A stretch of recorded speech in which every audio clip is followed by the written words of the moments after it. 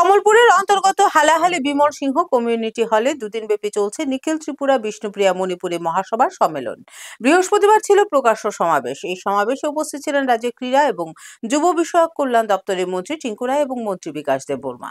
কমলপুরের অন্তর্গত হালহালি বিমল সিংহ কমিউনিটি হলে বৃহস্পতিবার থেকে শুরু হয়েছে নিখিল ত্রিপুরা বিষ্ণুপ্রিয়া মণিপুরী মহাসভার দুদিনব্যাপী সম্মেলন। বৃহস্পতিবার ছিল এই সম্মেলনের প্রকাশ্য সমাবেশ।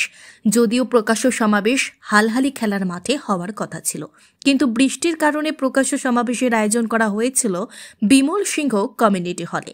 এই প্রকাশ্য সমাবেশে প্রধান বক্তা হিসেবে উপস্থিত ছিলেন রাজ্যের ক্রীড়া ও যুব বিষয় কল্যাণ দপ্তরের মন্ত্রী টিঙ্কু রায়।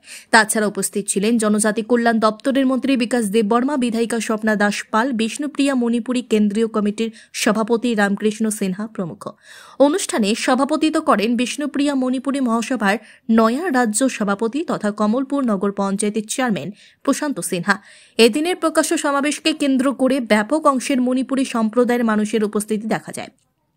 অনুষ্ঠানে আলোচনা করতে গিয়ে বিষ্ণুপ্রিয়া মণিপুরী সমাজের বিভিন্ন দিক নিয়ে আলোচনা করেন সমাবেশের প্রধান বক্তা তথা রাজ্যের ক্রীড়া ও যুব বিষয়ক কল্যাণ দপ্তরের মন্ত্রী টিঙ্কু রায়। যে কাজ আমরা জানি, আমাদের বিষ্ণুপ্রিয়া মণিপুরীরা সবসময় এই মণ্ডপে বিভিন্ন অনুষ্ঠান, রাস বা রাধা অষ্টমী, কৃষ্ণের জন্মাষ্টমী, এই ধরনের বিভিন্ন অনুষ্ঠানের মধ্যে দিয়ে আমরা একত্রিত হই, আমরা ইউনাইটেড থাকার চেষ্টা করি, আমরা আমাদের পরম্পরাকে বাঁচিয়ে রাখার চেষ্টা করি।